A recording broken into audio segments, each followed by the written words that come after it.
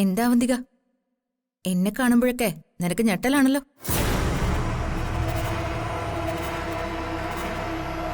ഞാനും ഇക്കയും കൂടി ഒരു സ്ഥലത്തിന്റെ രജിസ്ട്രേഷന് വേണ്ടി ഇവിടെ വന്നതാ. അല്ല, അവന്തിക എന്താ ഇവിടെ? ഞാൻ പിന്നെ വെറുതെ. വെറുതെയോ? ഇവിടെ അങ്ങനെ വെറുതെ ആരും വരാറില്ലല്ലോ. ഇനി ആരും അറിയാതെ നീ വലിയ രഹസ്യ വിവാഹം കഴിക്കുന്നുണ്ടോ? നിന്റെ കാര്യമായതുകൊണ്ട് പറയാൻ പറ്റില്ല. അതാ.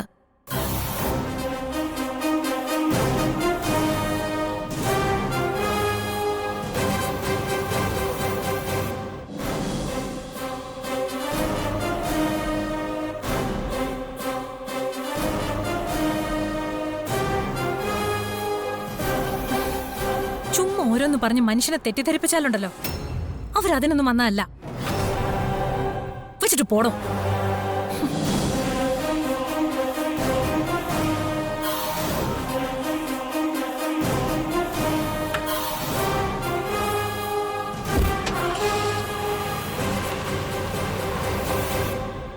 വന്നതുപോലെ തിരിച്ചു പറഞ്ഞു വിട്ടിട്ടുണ്ട് നമ്മുടെ അവന്തിക മേഡത്തിന്.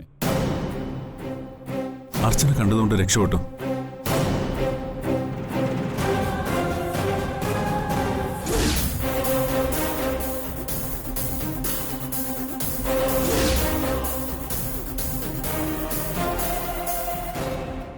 അവന്തികയ്ക്ക് ഒരു സംശയമില്ല.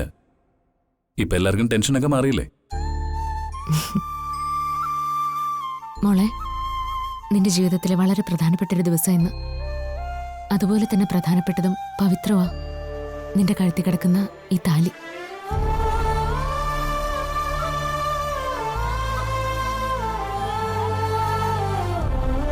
എല്ലാവരുടെയും അനുവാദവും അനുഗ്രഹവും കിട്ടി ഒരുമിച്ച് താമസിച്ച് തുടങ്ങുന്നവരെ നീ ഇത് ഊരുമാറ്റി വെക്കണം. എല്ലാവരെയും സാക്ഷി നിർത്തി ഒരിക്കൽ കൂടി ഈ താലി സന്ദീപിനെ കൊണ്ട് നിന്റെ കഴുത്തിൽ കെട്ടിക്കണം എനിക്ക്.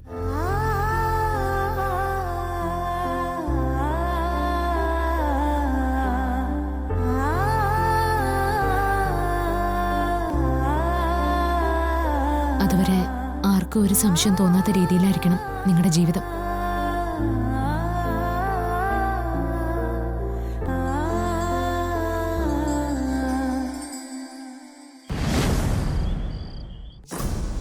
എന്റെ സന്തോഷം എപ്പോഴും ഒരുപോലെയാ.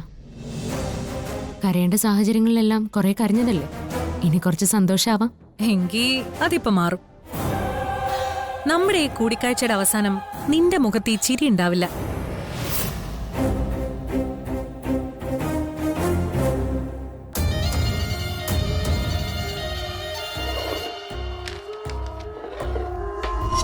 ദേ, നീ ഇത് കണ്ടോ? ഇതിന്റെ ഉള്ളടക്കത്തിൽ ഒരു ശുഭമുഹൂർത്തം കുറിച്ചിട്ടുണ്ട് ജോത്സ്യ. സന്ദീപ് അനഘയുടെ കഴുത്തിൽ താലി കെട്ടാനുള്ള ശുഭമുഹൂർത്തം.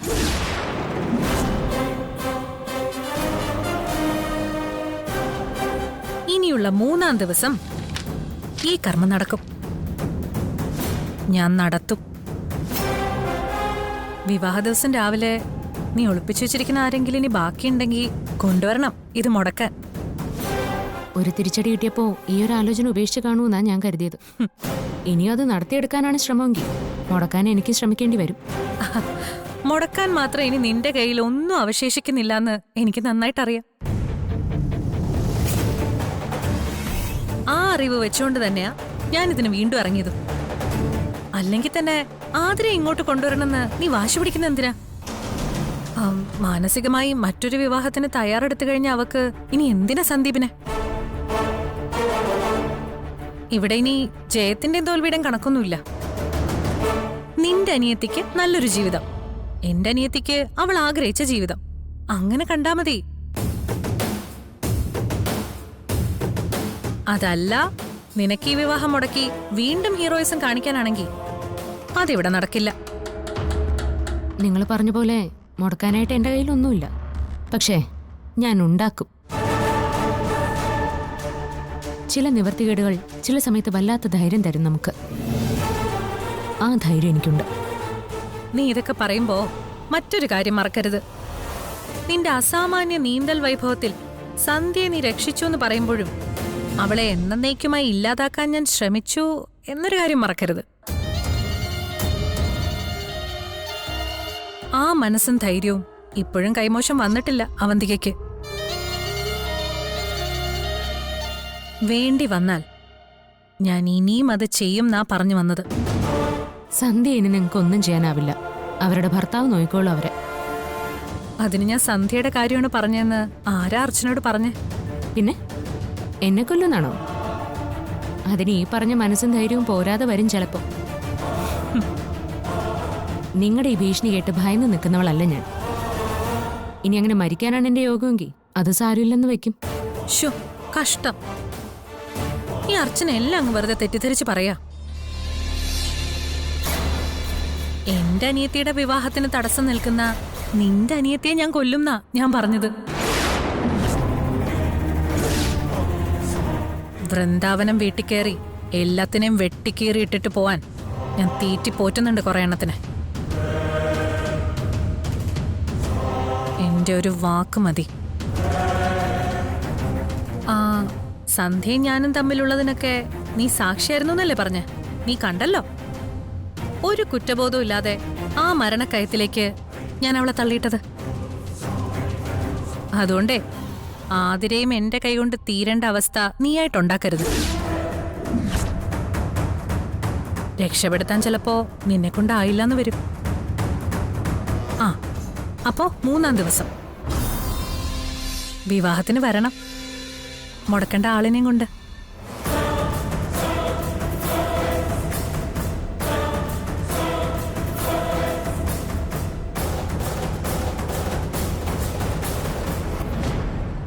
ഇപ്പോ സന്തോഷായില്ലേ തനിക്ക്? ഇതിന് സന്തോഷം എന്നല്ല പറയേണ്ടത്, അത്ഭുതമെന്നാ. എന്തെല്ലാം പ്രശ്നങ്ങൾക്കൊടുവില ഇപ്പൊ ഇത് നടന്നത്.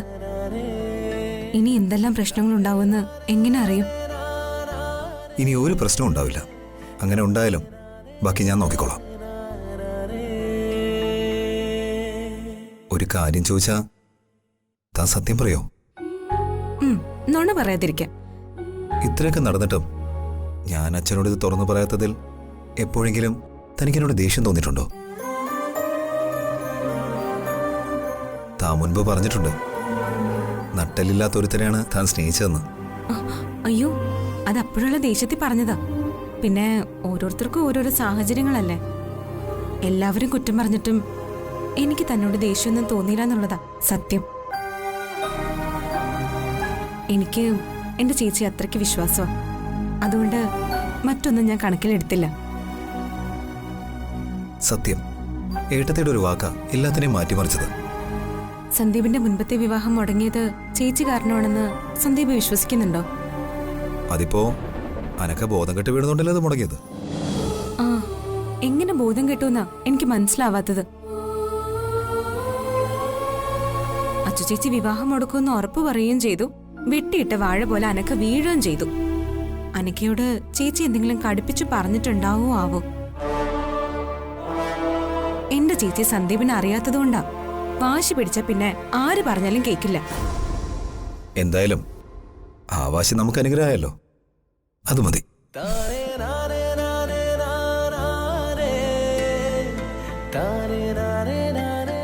പിന്നെ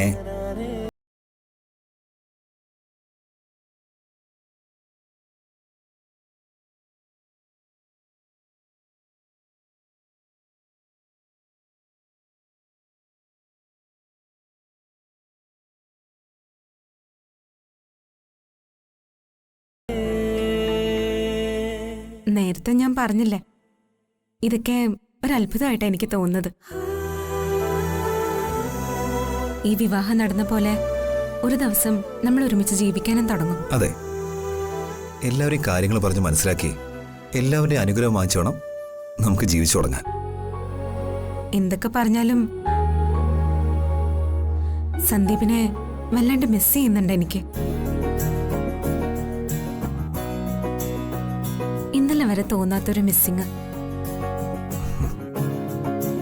ഞാൻ കരുതി എനിക്ക് മാത്രമേ തോന്നിയുള്ളൂ. അതെന്താ അങ്ങനെ തോന്നിയത്? എനിക്കെപ്പോഴും മിസ് ചെയ്യാറുണ്ട്, പറയുന്നില്ലെന്നേ ഉള്ളൂ. എത്രയും വേഗം എല്ലാവരെയും കാര്യങ്ങളൊന്ന് പറഞ്ഞ് മനസ്സിലാക്ക്. അതുടനെ ചെയ്യാം. വിവാഹം കഴിഞ്ഞിട്ട് രണ്ടിടത്ത് താമസിക്കുന്നത് വല്ലാത്തൊരവസ്ഥയാ.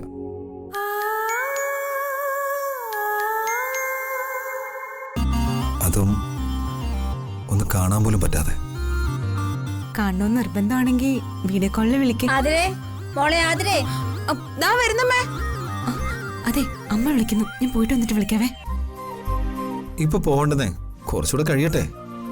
അതെ, നമ്മൾ കുറച്ചു പേരുടെ ഇടയിലാ ഭാര്യയും ഭർത്താവും. എന്റെ വീട്ടില് ഞാനിപ്പോഴും പൂരം നിറഞ്ഞു നിൽക്കുന്ന പെൺകുട്ടിയാ. അതുകൊണ്ട് എന്റെ മോൻ അവിടെ ഇരിക്കും. ഞാൻ പോയിട്ട് വേഗം വരാം കേട്ടോ. ശരി, ആയിക്കോട്ടെ. അരികിൽ പതിയിടനെഞ്ചിൽ ആരോ മൂളും രാഗം, മിഴികൾ മൊഴിയും മധുരം കിനിയും നീ എന്നിൽ ലീനം. മഴയേ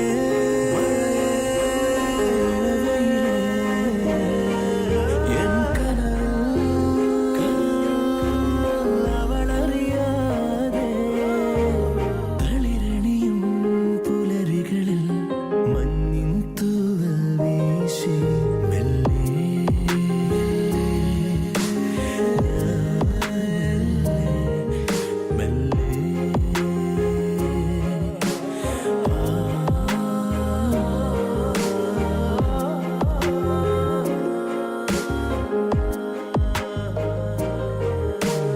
നിന്മേ തൊട്ടു പൂമേടത്തോറും കാറ്റായി നീളേ നിന്നോടൊന്നു ചേരാൻ തുടിക്കും മോഹം.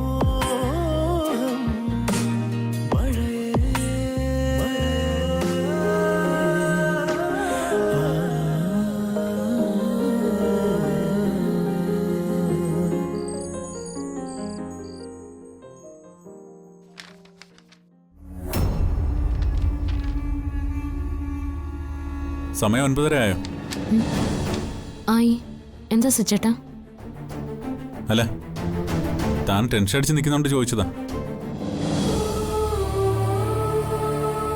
9:30 to 10 ആണല്ലോ ഇയാളുടെ ടെൻഷൻ സമയം.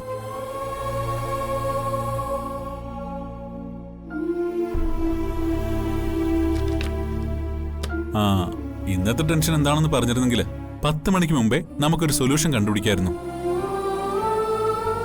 സച്ചേട്ടന്റെ മനസ്സുകൂടി വിഷമിപ്പിക്കണ്ടെന്ന് കരുതിയാ ഞാനത് പറയാതിരുന്നേ.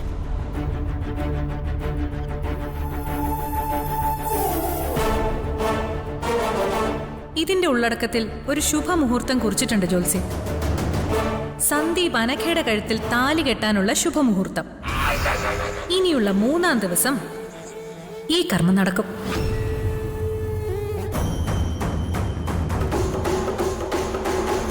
അവധിയെടുത്ത് വീണ്ടും ഇത്ര പെട്ടെന്ന് ഈ വിവാഹമായിട്ട് വരുമെന്ന് ഞാൻ കരുതിയതേ ഇല്ല.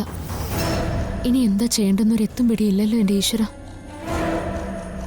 ഇത് ടെൻഷൻ അടിക്കേണ്ട വിഷയം തന്നെയാ. അന്നത്തെ പോലെ ഒരു അത്ഭുതം നടക്കുമെന്ന് ഇനിയും പ്രതീക്ഷിക്കുന്നത് മണ്ടത്തരമായിരിക്കും. സന്ദീപിന്റെ ആതിരയുടെയും വിവാഹം കഴിഞ്ഞ സ്ഥിതിക്ക് വരുന്ന പോലെ വരട്ടെ എന്ന് നിസ്സാരമായിട്ട് കാണാനും പറ്റില്ല.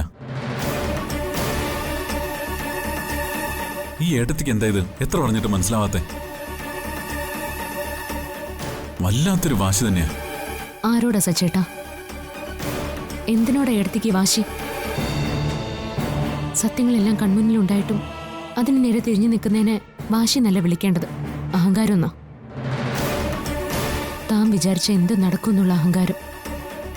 നിനക്ക് ഏട്ടത്തിയുടെ സ്വഭാവം നല്ലപോലെ അറിയാലോ അർച്ചന. അറിയാം, നല്ലപോലെ അറിയാം. അനഘയെ സന്ദീപനെ കൊണ്ട് കെട്ടിക്കാൻ ഏട്ടത്തി വല്ലാതെ ആഗ്രഹിച്ചതാ. അതുകൊണ്ട് അത് നടത്താൻ പറ്റുന്ന എല്ലാം ചെയ്യുകയും ചെയ്യും.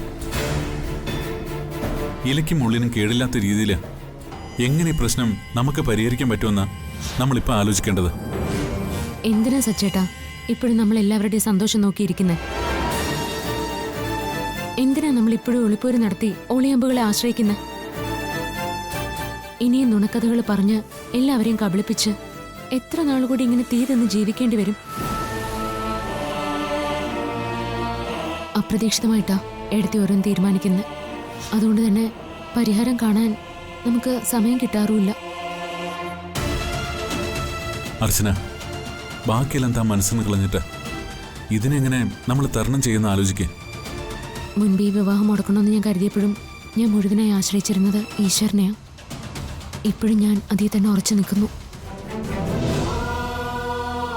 നമുക്ക് ഈശ്വരൻ ഒരു വഴി കാണിച്ചു തരും.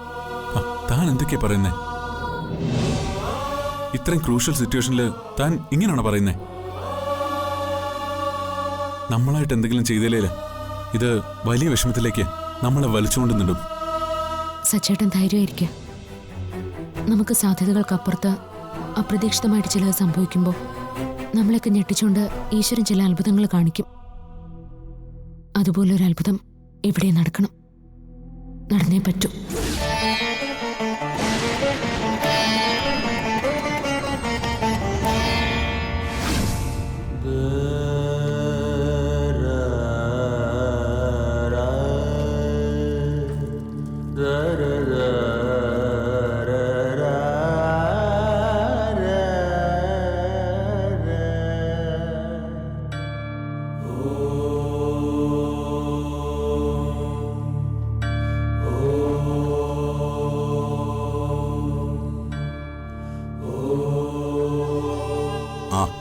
സേതുമാധവൻ എവിടെ?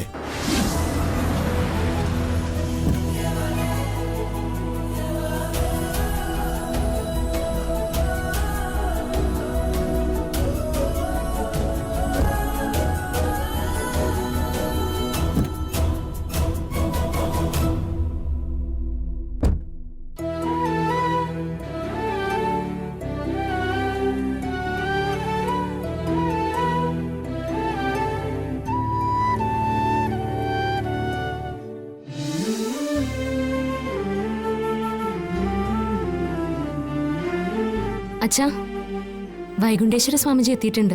അതെയോ? ആ.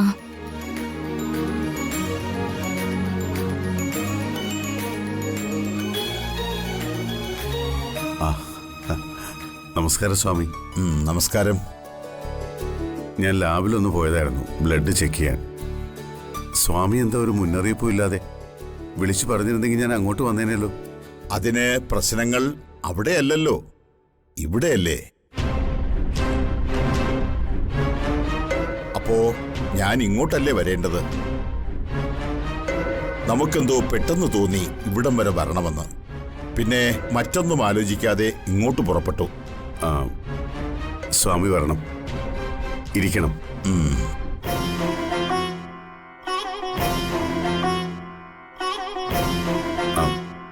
കുടിക്കാൻ എന്താ വേണ്ടേ? ഇപ്പോ ഒന്നും വേണ്ട.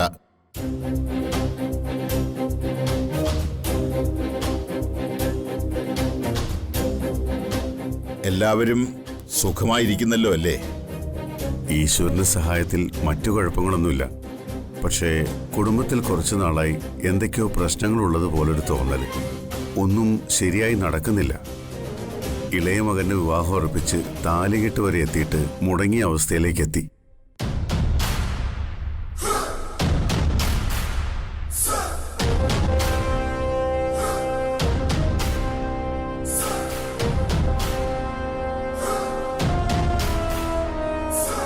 ഏഴ് ദിവസത്തിനകം നടത്തണമെന്ന ജ്യോത്സ്യം പറഞ്ഞത്. അതാ പെട്ടെന്ന് വിവാഹം നടത്താൻ തീരുമാനിച്ചത്. അത് മുടങ്ങിയതുകൊണ്ട് ഇനി 2-3 ദിവസം നടത്താനായിട്ട് ഒന്നുകൂടി മുഹൂർത്തം കുറിച്ചു. അതിനി തടസ്സങ്ങളൊന്നും വരരുതെന്ന ഞങ്ങളുടെ പ്രാർത്ഥന. മുഹൂർത്തം കുറിച്ച ജ്യോത്സ്യര് ഈ വീടിന്റെ വാസ്തുദോഷത്തെ പറ്റിയൊന്നും പറഞ്ഞില്ലേ? പറഞ്ഞു. വിവാഹം കഴിഞ്ഞിട്ട് സൗകര്യപൂർവ്വം ദോഷങ്ങൾ മാറ്റാമെന്ന് കരുതി. അങ്ങനെയല്ല വേണ്ടത്.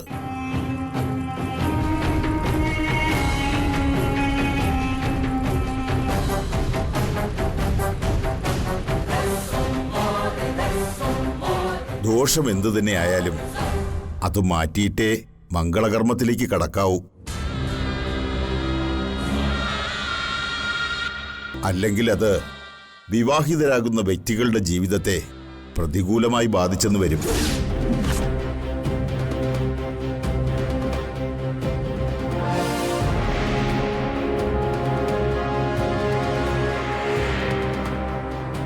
ഈ വീട്ടിലേക്ക് കാലെടുത്ത് വെച്ചപ്പോൾ തന്നെ ചില പ്രശ്നങ്ങൾ ഉള്ളതായി നമുക്ക് തോന്നി.